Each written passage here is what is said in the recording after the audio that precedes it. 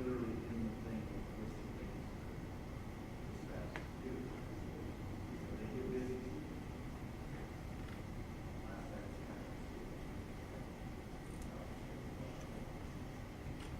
oh, there you go. Set that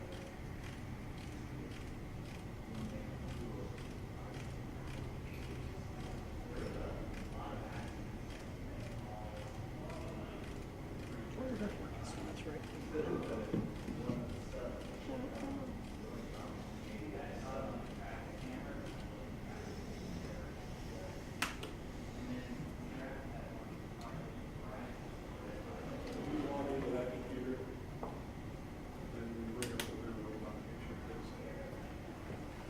You wanting the TVs on or wanting? I'll get TVs.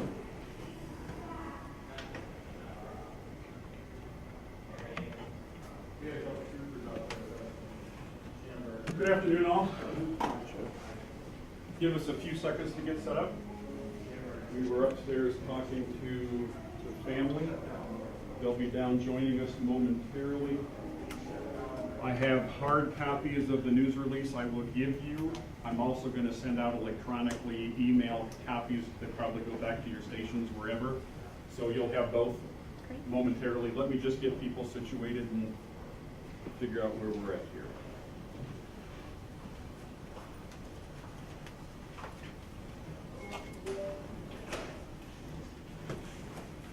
Oh, here, I'll forget you. As most of you know, we don't typically have in-person news conferences here, but this certainly rises to that level. So we're going to kind of dust some of that rust off that process, and we'll figure this out here together. Down.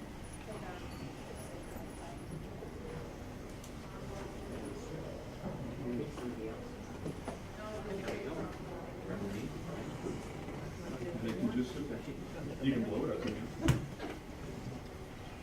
Yeah. Can we wait on? You sure? There you are. You can. Well, yeah, that's true.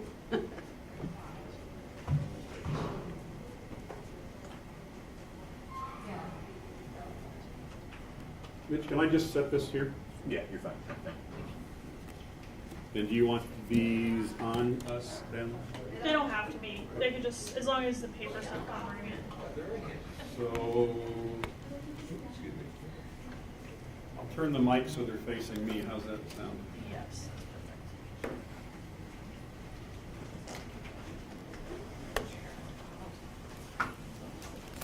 Test 1, 2, test 1, 2, test, test, test. You guys good? Okay.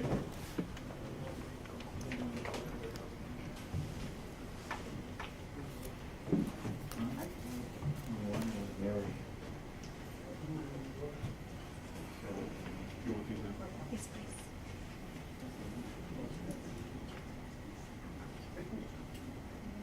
You just take one of them. Thank you.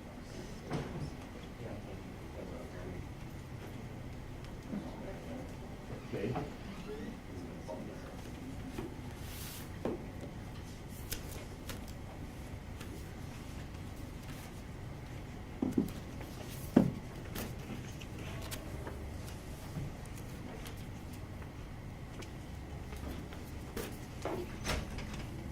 And as promised, I will send this out to your agencies now.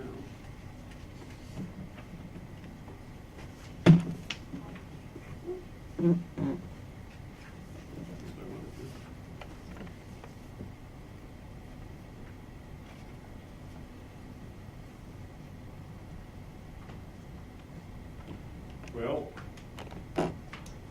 let's just say I will. Okay, looks like we're all here. I'm Linn County Sheriff Brian Gardner. This is Linn County Attorney Nick Maybanks. We will both provide you some information today on a cold case murder from 1983 here in Linn County. With us today is also, or are also several of the relatives of our victim in this case. Our victim is Ron Novak. And with us today are siblings and other relatives and friends of Mr. Novak. On today's date, Linn County deputies, assisted by deputies from the Multnomah County, Oregon Sheriff's Office and agents from the Cedar Rapids Resident Agency of the FBI arrested Michael S. Shepard, age 64, of Fairview, Oregon, for the December 23rd, 1983 cold case murder of Ronald Lee Novak.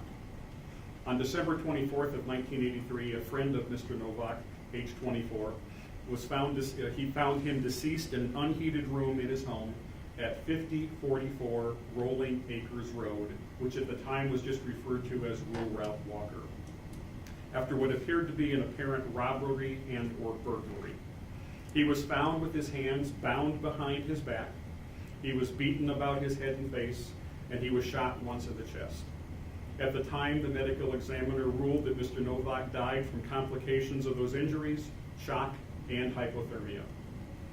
Shepard was recently identified as a suspect in this case through blood and touch trace DNA evidence that was located on both Novak's clothing and a hammer believed to have been used in the attack. They were seized during the initial investigation back in 1983. DNA Labs International was able to provide investigators with DNA testing, and Parabon Nanolabs was able to provide investigators with genetic genealogy information, which assisted in Shepard's identification as a suspect in Novak's murder. The investigation has revealed that Shepard and others likely went to Novak's home with the intent to rob him of money and marijuana. While it is believed that the public is not at risk, this case remains open, and we encourage anyone with information relative to this information to contact the Linn County Sheriff's Office. After consultation with the Linn County Attorney's Office, Shepard is being charged with murder in the first degree premeditation, a Class A felony in the state of Iowa. He is currently being held in the Multnomah County Jail in Oregon, pending an extradition hearing to be returned to Linn County, Iowa. On behalf of the Linn County Sheriff's Office and our law enforcement partners, our thoughts are with the family and friends of Ron Novak. Several who here are seated with us today. We recognize the pain and trauma that Mr. Novak's loved ones have endured for more than 40 years, while this murder went unsolved. It takes strength to endure such hardship and to remain hopeful that someday the person or persons responsible would be caught and brought to justice. The Linn County Sheriff's Office remains committed to seeing this case through. I also want to thank the deputies who initially investigated this heinous murder and who had the forethought and training to properly collect and safeguard the evidence located at the scene. I also want to thank the deputies who continued to diligently pursue leads and new technologies in this case throughout the years that ultimately led to Michael Shepard's arrest. The Linn County Sheriff's Office was aided in this investigation by the Cedar Rapids, Iowa Resident Agency of the Federal Bureau of Investigation, the Multnomah County, Oregon Sheriff's Office, and the Marion County, Florida Sheriff's Office.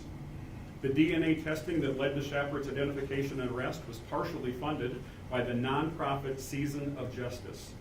Season of Justice raises money to fund advanced DNA testing and supports cold case investigations. More information can be found at seasonofjustice.org. It is noted that there is a Linn County in both Iowa and Oregon. However, the Linn County, Oregon Sheriff's Office was not involved in this investigation. I'll turn this over to Linn County Attorney Nick Maybanks.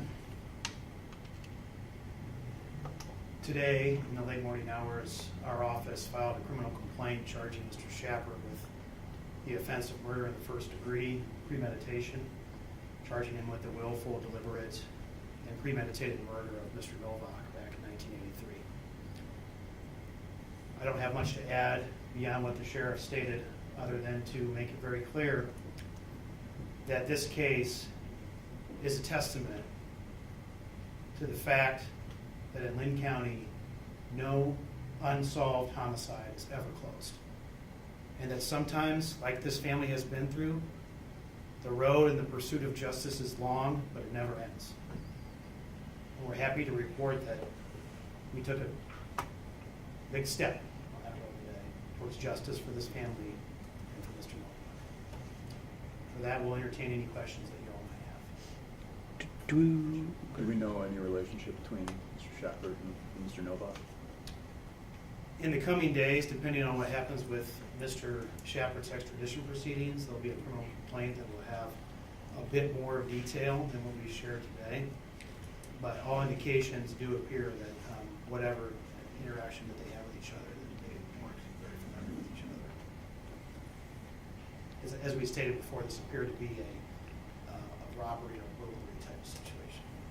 Brian? In earlier reporting, there's been seen that there might have been more than one person involved in this. Are we still looking for another person at this point, or where does that stand?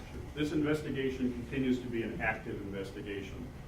What we are hoping is by naming a suspect, Michael Shepard, it may cause other people to now come forward that maybe weren't willing to do so previously, or maybe this has jogged their memory some 41 years later.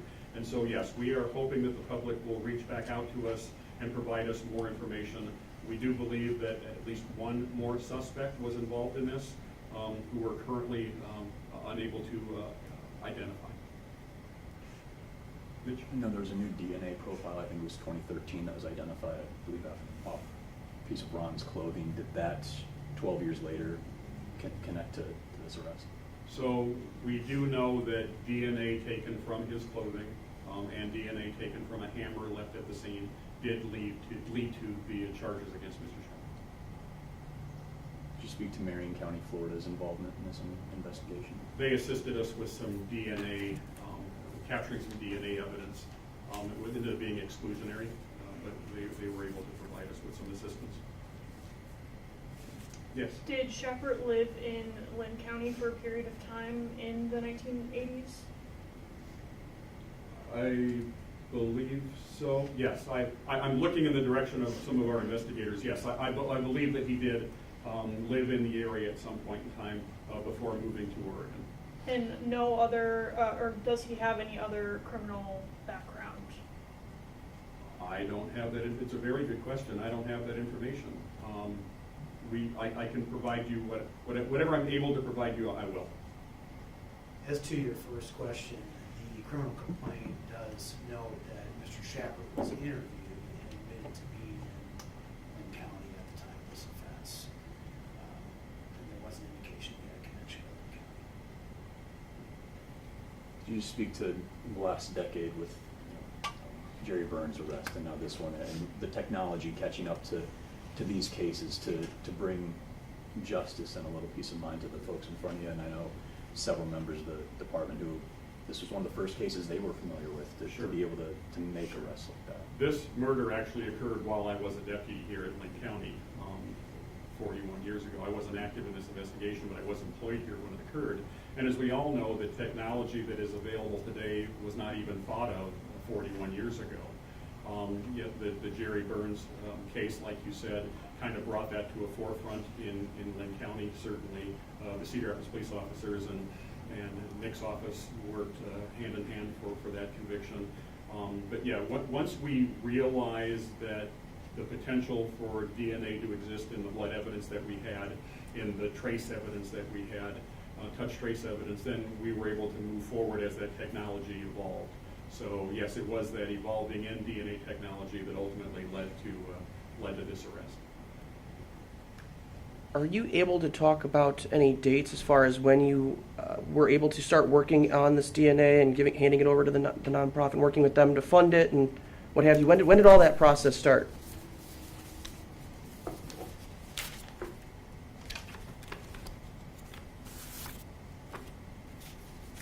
We have a timeline in this case that brought up the Michelle Martinko case, and she had her Justice Day court. This is about Ron today, but there is a lot of similarities as far as the timeline. When genetic genealogy was employed in an attempt to identify a suspect who we had at least a partial male DNA profile of on an article of clothing, like in that case. As the case progressed, as will become evident in the criminal complaint, several other items were submitted as well. And through the course of the last approximately 10 to 12 years, there has been ongoing testing and follow-up to get to this point. So this case has been most certainly an ongoing investigation, even as recently as this month. I don't know if that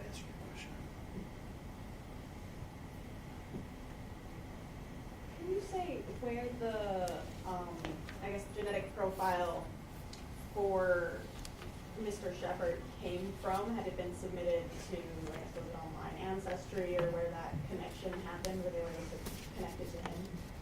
Do you want to speak to that, or you want to? I can, I've indicated and kind of talked to it a little bit with genetic genealogy, but, and the criminal complaint does talk about that a little bit more, which will become available eventually here. But the genetic genealogy, the way that works is you narrow down through ancestral research DNA that's available online to a certain category or a certain number of people. In the Michelle Martinko case, it was 3 brothers, and incidentally, in this case, it was also 3 brothers it was narrowed down to. So through the use and collection of covert DNA, they were able to eliminate some of the other possible suspects and end up with our suspect in the case. And of course, there's follow-up investigations done after that.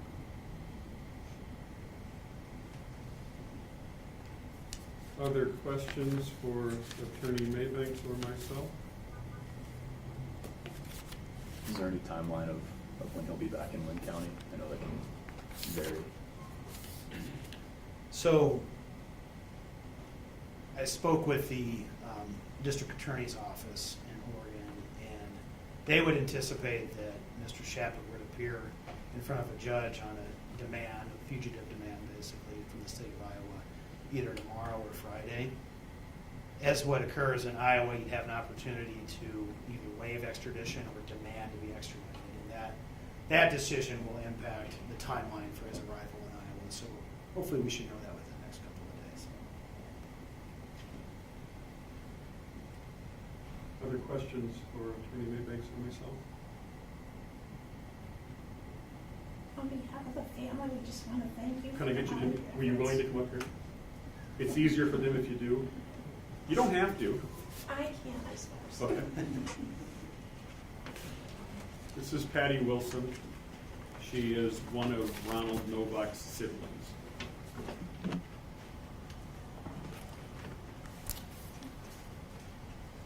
Please, thank you.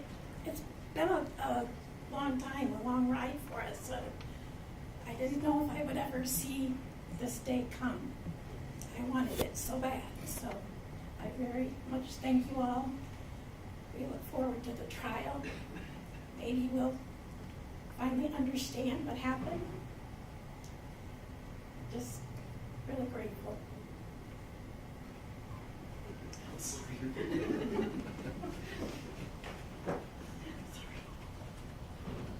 Other questions?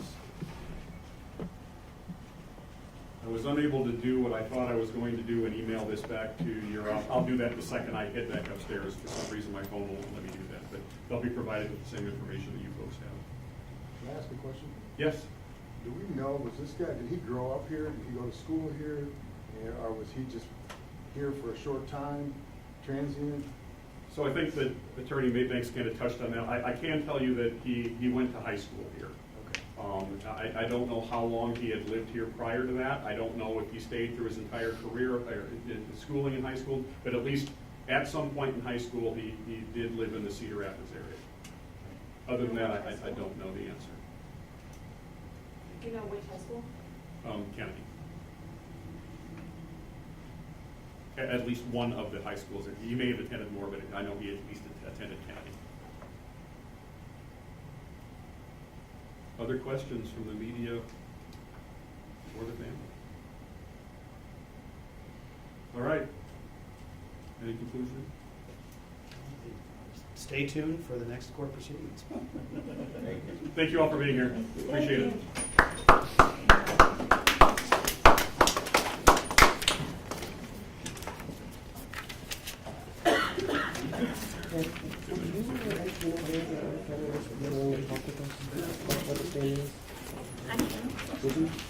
Can you go down my microphone up there real quick, if that's okay?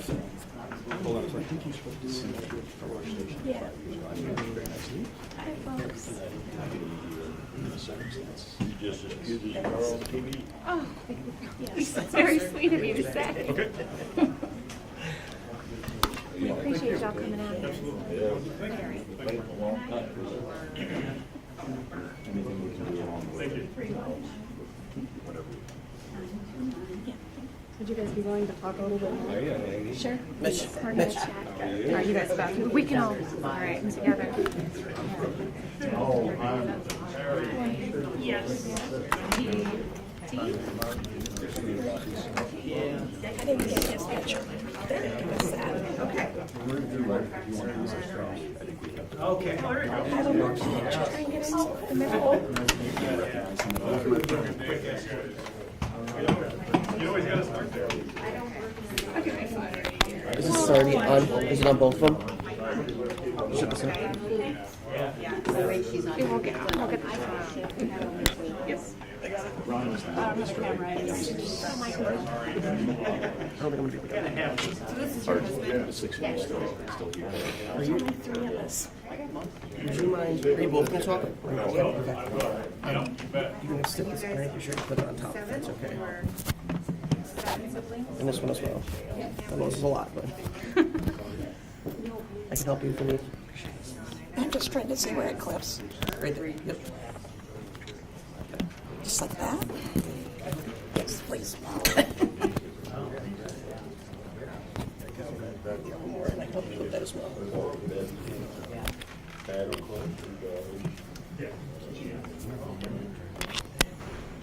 Alrighty. Patty, can I first of all just talk about what's going through your head right now? It just kind of feels unreal after all this time. You start to give up hope that maybe there'll be an answer, but we've kind of been expecting this for a while. We have had some contact with the sheriff's office and been aware that there was some hope. And we're just so grateful that it's finally seen today. I'm sure there's people out there that know even more. My brother was a little elusive with us, so we didn't really hang out together per se. We don't know who his friends were. We don't know who he hung with. So we have to rely on those people that know what they know to please come forward and let's put it to rest. Let's just let it go finally. Hope is one thing, but to get a call today or whenever it was that he's in jail. Yeah. His uncle. Yeah. What's that? It's just still surreal.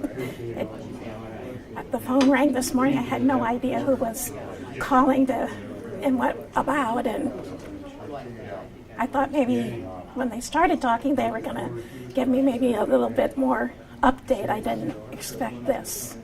So the call was this morning then? Yeah. And what other family members are here? And there seem to be a lot of people here for you guys. There's 3 of us left out of the 7 of us. So my brother Bob was here and my sister Mary was here. My children who have been so affected by this their whole life, my niece. Marlene Florang has been a driving force behind a Facebook group trying to get more information. And I felt it was only fair to let her know so she could be here today too. So You guys had been pushing for this type of technology for the last several years. yeah, Are you surprised that this is how they found it, or what can you talk I about? think it's the only way. I just feel like it, from what we've always heard, it's the only way other than somebody confessing. The technology, the evidence, everything, it just is so different today than it would have been then. What has been the feeling over the past several years as you've watched some of these other cases get solved, Michelle Martinko and some of those other ones that have happened here recently, kind of as you're hoping to have that for your own brother? For a while it was very disappointing because it felt like nothing was being done, and it's only been about a year and a half since we found out they had the DNA that they were working on. So it's been a long time waiting for something to come of that. But I appreciate them being thorough and being sure that whoever they prosecute is going to be the one and that he pays his price. I mean, he got to live his life. My brother didn't. You said you don't recognize him. Do you recognize his name? Anything? Not at all. I'm sure you'll have an opportunity to speak to him at some point throughout the trial process, but is there anything that you would want him to know now if he's able to see any of this? Just him and anyone else that thinks of doing these kinds of things, you have no clue how it affects a family from, 8-year-old on down and all the way back up. My kids, my nieces, my nephews, our grandkids, everybody's been kind of shaped by this in some way. 41 years ago, do you remember where you were that Christmas Eve when you guys... Absolutely. What was going on? We were having Christmas Eve celebration with my husband's family at our house. My brother Bob came over and came in the door, and I instantly knew something was wrong. I just knew. And he came to tell our mom at that time. And he still has a hard time coming to the house. How important is it that your family still sees justice to the other individuals that they believe were also involved in this? This isn't over. It isn't, and just I hope everybody that was involved pays their price. And can you talk a little bit about who your brother was as a person? I know you said he was kind of private with you guys, but what was it like growing up with him, and any memories, I guess, that stick out to you? When we were kids, we had a lot of fun. We lived down around Hay School. We'd romp around there, Jones Park, swimming pool. That's how a lot of people knew us. As we got older, we kind of went our own ways and had our own lives. And so he lived out there in the country. He had his 3 dogs. They were his children, and we have a love for golden retrievers still because that's what he had. Out of the 7, where did he fall? He was the last. The youngest. So he was about 2 years younger than me. Slapping in the face. Pretty close in age. Right. You get your shit back, and you get out of here. Thank you so much for doing this. Thank you. No Can I grab those problem. back from you? Oh gosh, yeah. You don't want to walk around all day with those on. Yes.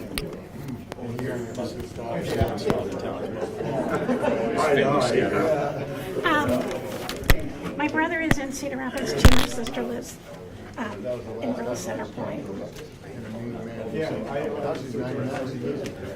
Yeah, we live. Are we still live streaming? Or are we done? We are not. We lost our brother John last year. Thanks, He Sheriff. was the one that really found him. And unfortunately, I feel bad that